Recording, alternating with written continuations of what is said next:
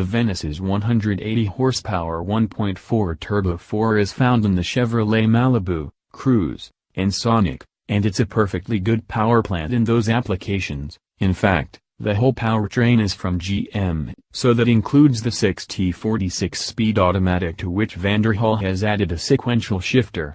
With a racy curb weight of just 1,475 pounds, it claims a 0-60 in 4.5 seconds and a top speed at 140 miles per hour. The suspension is interesting. In front is a pushrod coil-over setup that reduces unsprung weight and saves space. Front tires measure 225/40/18. In back, the single-wide 285/35/18 tire is like something from a sports car.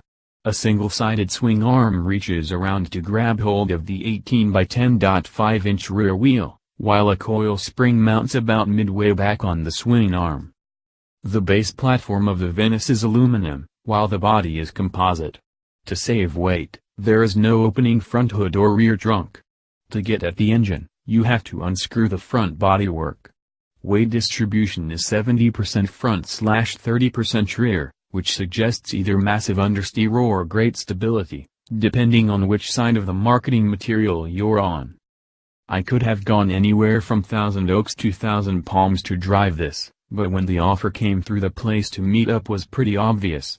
Thus, there I was, cruising through Venice, California, in the Venice. The colorful characters and the tourists all liked it, posing for selfies and taking spy shots that would make them rich beyond their wildest dreams, or at least rich enough for Venice, which stickers for just $29,995. It's easy to get into and even a little bit roomier than a Caterham, for instance, and maybe even roomier than a Morgan. You don't have to be skinny to enjoy the Venice either.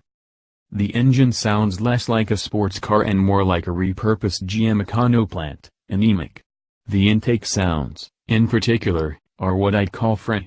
They are combined with whooshy, wheezy turbo wastegate sounds, the type heard on tuner cars where the tuners didn't think through all 82 million things you have to think through on a car. It wouldn't take all that much to fix. They should come up with an engineering solution to it before they make any more of these. It'd be simple and cheap. Don't know about that windshield, though. Underway, the Venice handles well.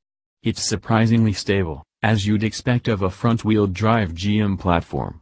That single trailing rear wheel only stepped over a couple inches on 2 occasions, both when braking going into a turn, but it just moved a bit. Otherwise, the whole car stayed in line despite the tight, twisting road on which I was thrashing it. The general feel is perhaps just a little bit spindly, maybe, but overall it's stable, with no evidence of torque steer. The half shafts are said to be equal length, which should address any torque steer before it happens. Yes, it's fun to drive, but it isn't fun in the same way a Miata is fun. In fact, after a while, I realized what it felt like, a front-wheel drive Chevy Cruze Turbo. Now, the Cruze Turbo is a reasonably fun car. I recall when it came out and I had a great time driving it on the press intro. But it's still just a FWD commuter car. It's less tossable and slightly less precise to steer through a tight, twisty road than a rear-drive car like Miata.